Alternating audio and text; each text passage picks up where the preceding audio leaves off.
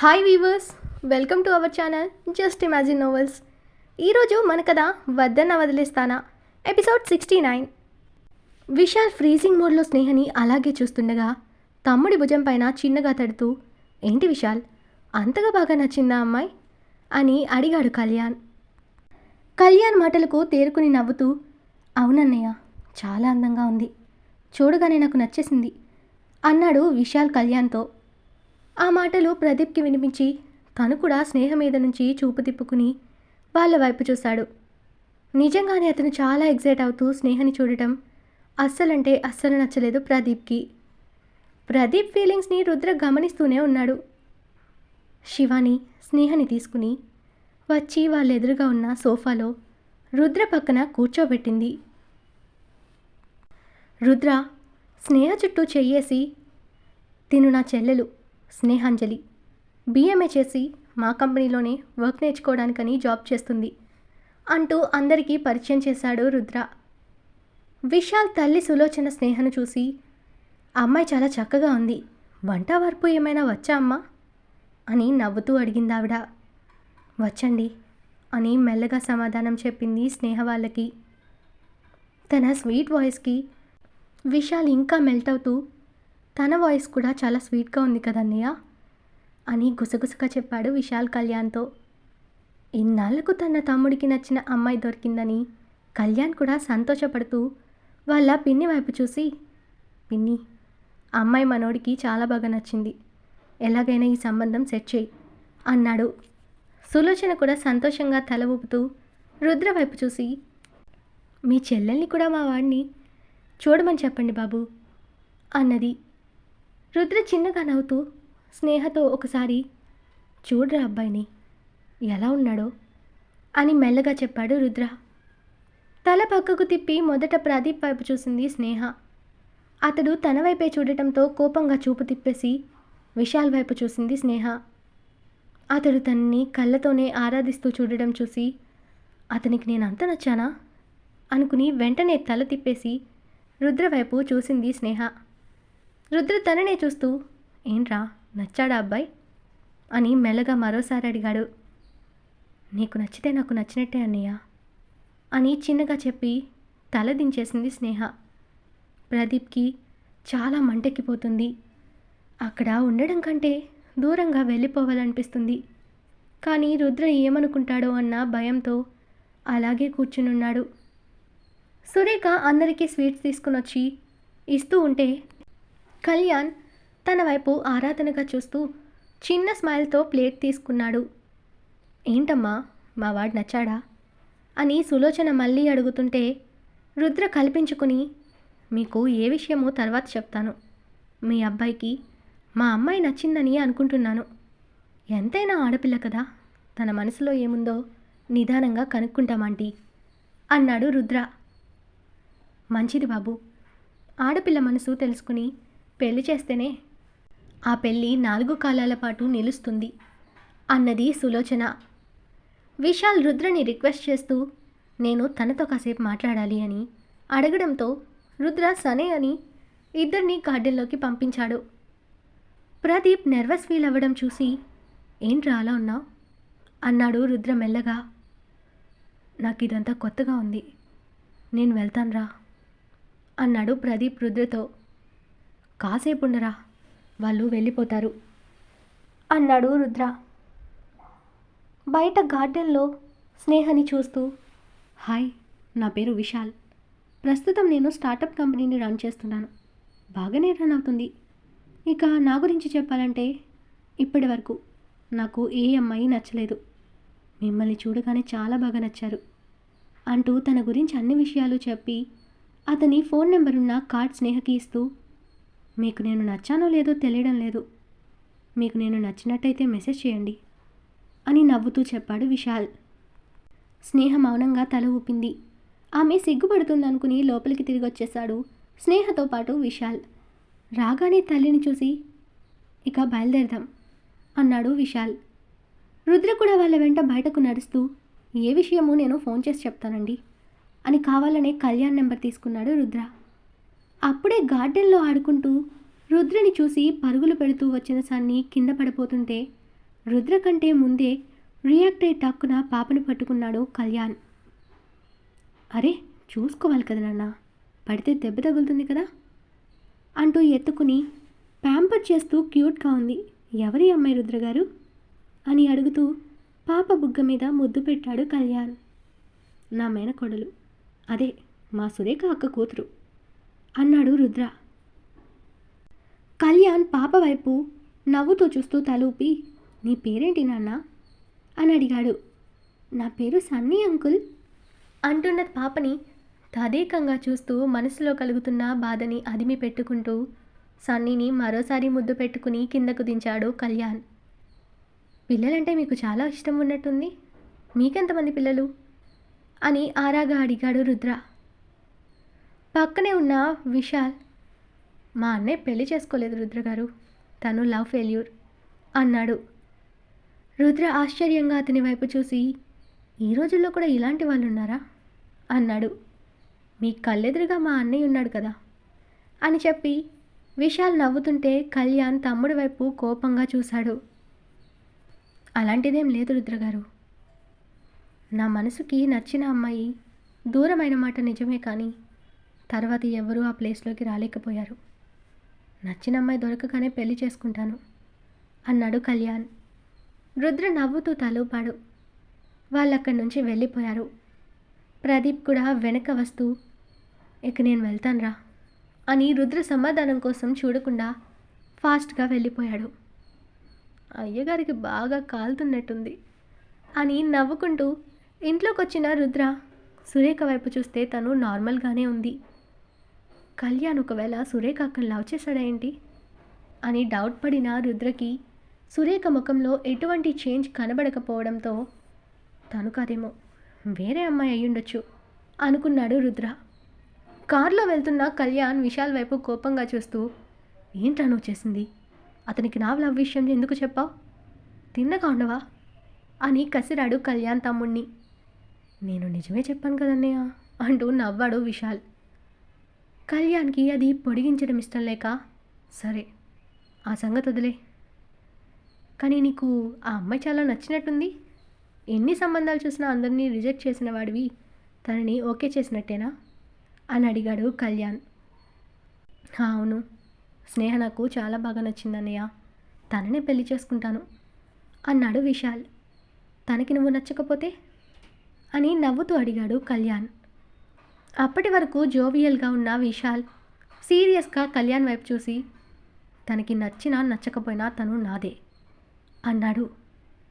కళ్యాణ్ కంగారుగా, విశాల్ అలాంటి డెసిషన్ తీసుకోకు, ఆ అమ్మాయి మనసు తెలుసుకుని తనకి కూడా నువ్వు నచ్చినప్పుడు తన లైఫ్లోకి వెళ్ళాలి, కానీ బలవంతంగా వెళ్తే తనకి నీకు ఇద్దరికీ సంతోషం ఉండదు అనగానే, నీ సిద్ధాంతాలు నాకంట కట్టకన్నయ్య, నువ్వేం చేశావు, నీకు నచ్చిన దానికోసం పెళ్లి చేసుకోలేకపోయావు, నీలాగే నన్ను కూడా మిగిలిపోమంటావా, అంత మంచితనం నాకు లేదు అని విశాల్ సీరియస్గా చెప్పాడు కళ్యాణ్కి.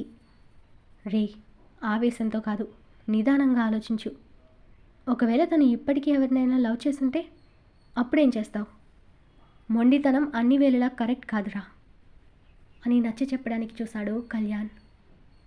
అలా తను ఎవరినైనా లవ్ చేసుంటే ఫస్ట్ వాడిని చంపి తర్వాత స్నేహాన్ని పెళ్లి చేసుకుంటాను అని కరుకు వాయిస్తో కోపంగా చెప్పాడు విశాల్. ఇంట్లో జరిగే దానిలో తనకే సంబంధం లేదు అన్నట్టు రూమ్లో ఉన్న భవానీకి తన ఫోన్ పదే పదే రింగ్ అవుతుంటే విసుగ్గా తీసి హలో అంది. అటువైపు నుంచి వాళ్ళు అడిగిన దానికి, చూడు నేను ఇప్పటిదాకా చాలా పాపాలు చేశాను, చేసినవి చాలు, నేను ఇకపై ఏది చేయను అని కోపంగా చెప్పి ఫోన్ కట్ చేసింది భవానీ. ఇంట్లోకి రాగానే శివాని కోసం చూశాడు రుద్ర. అది గమనించిన సురేఖ, తను మీ రూమ్లో ఉంది తమ్ముడు అని చెప్పడంతో అక్కడికి వెళ్ళాడు. అప్పటికే ఫీవర్ ఎక్కువ కావడంతో కష్టంగా పెళ్లి వాళ్ళ కోసం బలవంతంగా అక్కడున్న శివాని ఇంకా ఉండలేకొచ్చి బెడ్ మీద నీరసంగా పడుకుంది. శివాని కోసం రూమ్ లోపలికి వస్తున్న రుద్ర ఫోన్ రావడంతో ఆగి నెంబర్ చూసి ఇంపార్టెంట్ కాల్ అవ్వడంతో వెంటనే హలో అన్నాడు. హలో రుద్ర, నేను వైజాగ్ కమిషనర్ని, ఆ కౌశల్ మా కస్టడీ నుంచి తప్పించుకున్నాడు అని టెన్షన్గా చెప్పాడు ఆయన. రుద్ర షాక్ అవుతూ, వాడు తప్పించుకున్నాడా? కానీ వాడు నడవడం తర్వాత కనీసం లేవడానికి కూడా అసాధ్యమని డాక్టర్స్ చెప్పారు కదా, మరి ఇదెలా సాధ్యమైంది సార్ అని అడిగాడు రుద్ర. వాడంతట వాడు తప్పించుకోలేదు రుద్ర. వాడిని ఎవరో హాస్పిటల్ నుంచి మా వాళ్ళందరినీ అడ్డు తప్పించి ఎత్తుకుపోయారు అన్నారాయన. ఆ పని చేసింది అతని తండ్రినేమో అని రుద్ర అంటుంటే, లేదు రుద్ర, అతని మీద మా నిఘా ఉంది, అతను కాదు అన్నాడు కమిషనర్. అదే టైంకి ఓ పెద్ద అధునాతమైన విల్లా చుట్టూ గన్స్తో కాపలా కాస్తున్నారు. బ్లాక్ డ్రెస్లో కండలు తిరిగిన బాడీలతో 100 మంది డేగ కళ్ళతో నిరంతరం అలర్ట్గా కాపలా కాస్తున్నారు. లోపల ఒక రూమ్లో బెడ్ మీద కదలలేని స్థితిలో ఉన్న కౌశల్ని చూసి ఓ వ్యక్తి బాధగా అతని తల నిమురుతూ, నిన్నిలా చేసిన వాణ్ణి వదలను అని కసిగా శపథం చేస్తూ కౌశల్ నుదుటిన ప్రేమగా ముద్దు పెట్టుకుని అక్కడే ఉన్న కేర్ టేకర్ని చూసి జాగ్రత్త అని వార్నింగ్ ఇచ్చి బయటకొచ్చిన అతను బయట తన కోసం వెయిట్ చేస్తున్న తన పిఏని కోపంగా చూస్తూ, వాడు ఎవడు ఏంటని కనుక్కోమన్నాను, కనుక్కున్నావా అని సీరియస్గా కర్కశమైన వాయిస్తో అడిగాడు. అతను భయంగా, ఎస్ సార్, అతని పేరు రుద్ర, అతను మీ మేనల్లుడు ప్రేమించిన అమ్మాయిని పెళ్లి చేసుకున్నాడు. కౌశల్ సార్ బలవంతంగా ఆ పిల్లని కిడ్నాప్ చేసి ఎత్తుకొచ్చాడనే కోపంతో అతనే కౌశల్ సార్ మీద దాడి చేసి ఇప్పుడు ఈ పొజిషన్లో ఉండడానికి కారణమయ్యాడు అని జరిగిందంతా తన బాస్కి వివరించాడు అతను. ఈ మాఫియా డాన్ గిరీశం గురించి తెలియక నా మేనల్లుడికి ఇలాంటి గతి పట్టించాడు వాడు. కానీ వాడు తెలిసి చేసినా తెలియక చేసినా నా మేనల్లుడి జోడికి వచ్చాడు కాబట్టి వాడు బ్రతకడానికి వీల్లేదు. వాడిని చంపి నా అల్లుడు కావాలని కోరుకున్న ఆ పిల్లని తెచ్చి అల్లుడి కాళ్ళు దగ్గర బసవా అని గర్జిస్తున్నట్టు పిలిచాడు గిరీశం. ఆ పిలుపు విన్న వెంటనే ఓ భారీ ఆకారం, దాదాపు 6.5 అడుగుల ఉండి కండలు తిరిగిన అచ్చు ఆఫ్రికన్ బైసన్లా ఉన్న ఒక మనిషి, చూడ్డానికి అడవి మనిషిలా వికారంగా చాలా మొరటుగా ఉన్నొకడొచ్చి గిరీశం ముందు నిలబడ్డాడు. నువ్వు వెళ్ళిన పని ఏమైంది బసవా అని అడిగాడు గిరీశం. పియ్యే మనసులో, ఈ బసవ నిజంగా మనిషి రూపంలో ఉన్న పశువే, వాడి కంటికి నచ్చిన అర్థాన్ని వదలడు, అలాగే విశ్వాసం కూడా ఎక్కువే ఈ గిరీశం మీద. అతను చూసి రమ్మంటే కాల్చేస్తాడు. గిరీశంకి బలం వాడే. అతను మాఫియాలలో ఎదగడానికి తనకు అడ్డు వచ్చిన ఎందరినో తొక్కుకుంటూ పైకెదిగాడు. ఆ ప్రాసెస్లో వాడు అమాయకులను ఎందరిని చంపి ఆ బలిపీఠం ఎక్కాడో ఎవరికి తెలియదు. ఆ పొజిషన్కి చేరడానికి గిరీశంకి బాగా సపోర్ట్ ఉంది ఈ బసవే. వాడికి తాగడానికి ముందు పక్కలోకి ఆడదాన్నిస్తే ఏ పనైనా చేస్తాడు, ఎవరిని చంపి రమ్మన్నా చంపొస్తాడు. ఇప్పుడు ఏం చేసి చచ్చాడు అనుకుంటూ ఆ బసవని చూశాడు పిఏ. మీరు చెప్పాక నేను చెయ్యకపోవడం అయ్యా అంటూ డబ్బాల్లో గులకరాలు వేసి గలకరిస్తే వచ్చే కన్నకఠోరమైన వాయిస్తో బదులిచ్చిన బసవ పెద్ద పెద్ద అడుగులతో బయటకు వెళ్ళి తన భుజం పైన ఓ మూటను మూసుకునొచ్చి తెచ్చి గిరీశం కాళ్ళ దగ్గర పడేసి ఆ మూటను విప్పగానే అందులో ఓ మనిషి డెడ్ బాడీ వచ్చి గిరీశం కాళ్ళ దగ్గర పడ్డది. గిరీశం చేసే ఆక్రమాల మీద పెట్టిన ఓ కేసులో అతనికి అగెనెస్ట్గా వాదించడానికి ముందుకొచ్చిన ఓ సిన్సియర్ లాయర్ని శవంగా మార్చాడు ఈ బసవ. ఆ లాయర్ శవాన్ని చూసి గర్వంగా మీసం మెలేసిన గిరీశం, శభాష్రా బసవ, నువ్వు పక్కనుంటే నాకు ఎదురే లేదురా అంటూ వాడిని మెచ్చుకున్నాడు. తన యజమాని మెచ్చుకోగానే బసవ ఛాతీ గర్వంతో పొంగింది. గిరీశం క్రూరత్వం నిండిన చూపుతో లాయర్ డెడ్ బాడీని కాళ్ళతో అటు ఇటు కదిలిస్తూ, వీడిని చంపడం ఎవరు చూడలేదుగా, వీడికో పెళ్ళం ఉండాలి, దాన్నేం చేశావురా అని వెకిలిగా అడగానే బసవ వంకరగా నవ్వుతూ, అది చూడ్డానికి బాగుందని ఒకసారి రుచి చూశాను, అంతదానికే చచ్చిపోయింది దొరా, దాని శవాన్ని అక్కడే ఇంటితో పాటే కాల్చొచ్చేసిన అన్నాడు. చూసి రమ్మంటే కాల్చొచ్చావా అని గిరీశం వంకరగా నవ్వి, నీకోసం నీ గొడిసిలో చుక్క పక్కలోకి పిల్ల సిద్ధంగా ఉంది, వెళ్ళి ఈ పూటకి ఎంజాయ్ చేయి అన్నాడు గిరీశం. అట్టగయ్యా అని ఆనందంగా చెప్పి ఆ శవాన్ని భుజాన వేసుకుని పోయాడు బసవ. వాళ్ళ క్రూరత్వాన్ని చూడటం అలవాటు పడిన గిరీశం పిఏ మనసులో తిట్టుకుంటూ, ఈ దుర్మార్గులకి జాలి దయలేదు, మనిషిని ఏ కోడినో మేకనో చంపినంత సునాయాసంగా చంపుతారు అని బాధపడ్డాడు. కానీ ఆ మాఫియాలో పనిచేయాలంటే అవన్నీ తట్టుకోవాలి.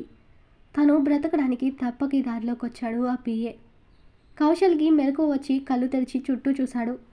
తను హాస్పిటల్లో లేవని అర్థమై ఎవరైనా కనపడతారని కళ్ళతోనే వెతికాడు. అప్పుడే లోపలికొచ్చిన గిరీశం మేనల్లుడు కళ్ళు తెరవడం చూసి, కౌశి అని ప్రేమగా తన దగ్గరకు వెళ్ళాడు. ఆయన చూసి తన మొహం అప్రసన్నంగా పెట్టాడు కౌశల్. ఏంటల్లుడు, నా మీద కోపమా అని నవ్వుతూ అతని తల నిమురుతూ ప్రేమగా అడిగాడు గిరీశం. కౌశల్ కోపంగా గిరీశం చేతిని పక్కకు తీసేసి, ఇన్నేళ్లకి ఈ మేనల్లుడు గుర్తుకొచ్చాడు, నువ్వు గొప్ప మేనమావి కదా అని వెటకారంగా అన్నాడు కౌశల్. ఇక్కడ రుద్ర కౌశల్ తప్పించుకున్న విషయం విని షాక్ అవుతూ, అలా ఎలా తప్పించుకుంటాడు అని కోప్పడగా రుద్రకి జరిగింది వివరించి చెప్పాడు కమిషనర్. ఉన్నట్టుండి ఎవరో గన్స్తో హాస్పిటల్ మీద దాడి చేసి అడ్డొచ్చిన పోలీసులని అక్కడ స్టాఫ్ని చంపి ఆ కౌశల్ని తీసుకుపోయాడు రుద్ర అని చెప్పాడాయన. రుద్ర మనసులో ఇంత వైలెన్స్ చేసినా మరి వాణ్ణి తప్పించాల్సిన అవసరం ఎవరికుంది, ఎవరై ఉంటారు అని ఆలోచనల్లో పడ్డాడు రుద్ర. అలా ఆలోచిస్తూనే రూమ్కి వచ్చిన రుద్రకి శివాని చలికి వణుకుతూ ముడుచుకుని చిన్నగా మూలుగుతూ కనిపించింది. ఆమెని చూడగానే ఫాస్ట్గా శివాని దగ్గరకు వచ్చిన రుద్ర, ఛా, నేను తన విషయమే మర్చిపోయానే అని బాధగా అనుకుంటూ శివాని నుదుటిపైన చెయ్యి వేసి చూడగా ఫీవర్తో ఆమె ఒళ్ళు కాలిపోతుంది. బాడీ పెయిన్స్కి శివాని మూలుగుతూ బాధపడుతుండడం చూసి వెంటనే డాక్టర్కి కాల్ చేశాడు రుద్ర. డాక్టర్ వచ్చేలోపు తన బాడీ టెంపరేచర్ తగ్గించడానికి అక్కడే మినీ ఫ్రిడ్జ్లో ఉన్న కూల్ వాటర్ని తీసుకుని తడిగుడ్డతో తన నుదురు ఫేస్ని చల్లని వాటర్తో తుడుస్తూ ఆమె బాడీ వేడి తగ్గడానికి ట్రై చేశాడు రుద్ర. ఆ టైంలో డాక్టర్ రావడం చూసిన సురేఖ, ఏంటి డాక్టర్ గారు ఇలా వచ్చారు అని ఆశ్చర్యంగా అడిగిందామె. రుద్ర ఫోన్ చేశాడమ్మా, తన వైఫ్కి ఫీవర్గా ఉందట కదా, అందుకే రమ్మన్నారు అని చెప్పి శివాని ఎక్కడ ఉందని సురేఖని అడిగి రుద్ర బెడ్రూమ్ వైపు వెళ్ళింది ఫ్యామిలీ డాక్టర్ వైశాలి.